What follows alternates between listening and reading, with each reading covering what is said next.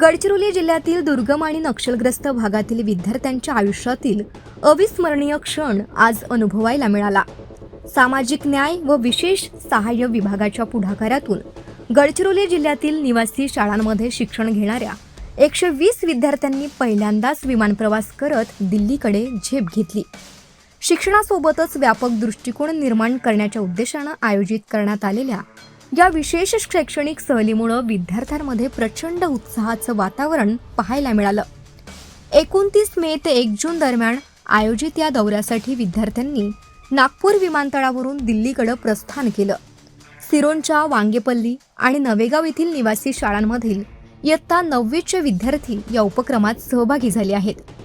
विमानात बसण्याचा पहिलाच अनुभव मिळाल्यानं अनेक विद्यार्थ्यांच्या चेहऱ्यावर आनंद, कुतूहल आणि नव्या जगाची ओळख होण्याची उत्सुकता स्पष्टपणे दिसून आली।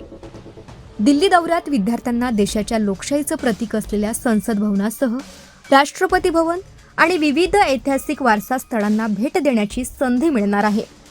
विद्यार्थ्यांच्या ज्ञानाचा आवाका वाढावा, आत्मविश्वास बळकट व्हावा आणि मोठी स्वप्न साकार करण्याची प्रेरणा मिळावी या दूरदृष्टीतून सामाजिक न्याय विभागानं राबविलेला हा उपक्रम गडचिरोलीच्या विद्यार्थ्यांसाठी नवी दिशा देणारा ठरत आहे। आनंद दहागावकर, जिल्हा प्रतिनिधी, गडचिरोली। मी शासकीय निवासी शाळा वांगेपल्ली येथे 9वी वर्गात शिकतो।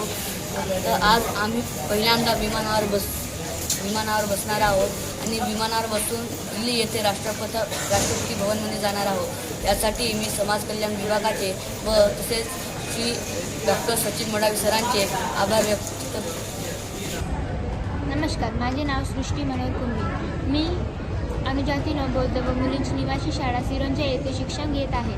तर आम्ही सर्व समाज कल्याण विभागाचे मुलं मुली दिल्ली येथे भेट देण्यासाठी आलो आहोत।